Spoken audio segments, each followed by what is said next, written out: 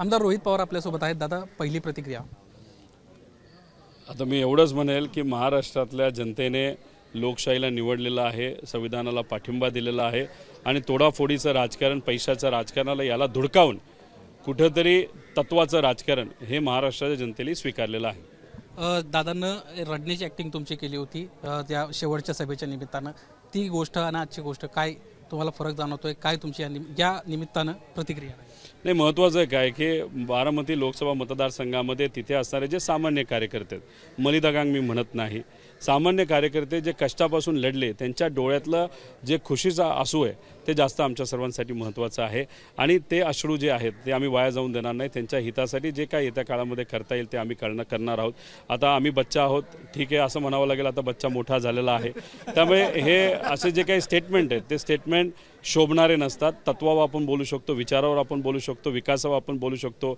कोणी बच्चा आहे, कोणी खोटं रडतंय, कुणी एक भाजपचा नेता कुठंतरी आम्हाला असं सांगत होते की यांना नेता बनायची फार घाई लागलेली आहे। माझं त्यांना एकच सांगायचं की आम्हाला नेता बनण्याची घाई नाही, पण ज्या लेवलला तुम्ही राजकारण 2014 पासून खालच्या लेवलला घेऊन गेलेला आहात ते राजकारण आणि राजकारणाची क्वालिटी आणि महाराष्ट्राचा विकास हा परत एकदा उंचावर नेण्यासाठी आम्हाला नक्कीच घाई लागलेली। त्यामुळे हे जे नेते आहेत जे उगाचच हवेत बोलत होते, कुठेतरी लोकांनीच या निकालाच्या माध्यमातून त्यांना चपराक लावली असं आम्हाला म्हणावं लागेल। सुनील तटकरे म्हणाले 5 ते 6 आमदार जे आहेत ते काँग्रेसमध्ये जाऊ इच्छितात, तुम्ही म्हणालात 4 तारखेपर्यंत थांबा, 4 तारखेनंतर चित्र वेगळं दिसेल।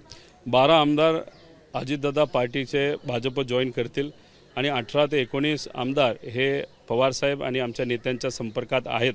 त्यामुळे आता 18 पैकी किती लोकांना घ्यायचं आहे हे खरं तर आपल्याला निर्णय घ्यावा लागेल, पण जे चांगले आमदार आहेत ज्यांना मारून मुटकून अडचणीत आणून तिथं घेऊन गेले असतील आणि ते आमच्या नेत्यांच्याबद्दल बोलले नसतील तर तो निर्णय पवारसाहेबांचा फक्त इथं एकच म्हणेल की जे निष्ठावंत आहेत, जे लोकसभेच्या काळामध्ये महाविकास आघाडीबरोबर पवारसाहेबांबरोबर विचाराबरोबर अडचणीच्या काळाबरोबर आपल्याबरोबर राहिले त्यांना पहिलं प्राधान्य आणि जे सत्तेत जाऊन आले आहेत त्यांना दुसरं प्राधान्य।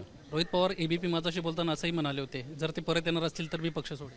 मी असं पक्ष सोडेल असं म्हणलो नव्हतो, पण जे कोणी विचाराच्या विरोधात लढले आहेत, लोकसभेमध्ये आपला उमेदवार पडावा यासाठी परिश्रम घेतलेले आहेत, आमच्या नेत्याच्या विरोधात खालच्या लेवलला जाऊन बोललेले आहेत, अशी लोक जर परत एकदा येणार असतील आणि ज्या निष्ठावंत कार्यकर्त्यांनी, सामान्य कार्यकर्त्यांनी ज्यांनी कोणी कष्ट घेतलेले आहेत त्यांच्या डोक्यावर येऊन परत एकदा हेच लोक बसणार असतील तर त्यावेळेस माझी भूमिका वेगळी असेल, एवढं असं मी बोललो। अजित पवार, धनंजय मुंडे, सुनील तटकरे यांच्याबद्दल काय भूमिका? मला असं वाटतं की दादा फक्त तिथं असतील, बाकी जी नावं तुम्ही घेतली ती भाजपबरोबर गेलेलं आपल्या सगळ्यांना बघायला मिळतं। आपण पाहतोय कुठेतरी अजित पवारच एकटेच राहतील, बाकी सर्वजण जे आहेत ते भाजपमध्ये जातील, अशा पद्धतीची प्रतिक्रिया रोहित पवारांनी दिली। कॅमेरामन सचिन शिंदेसह निलेश बुधावले, एबीपी माझा, मुंबई। एबीपी माझा, उघडा डोळे बघा नीट।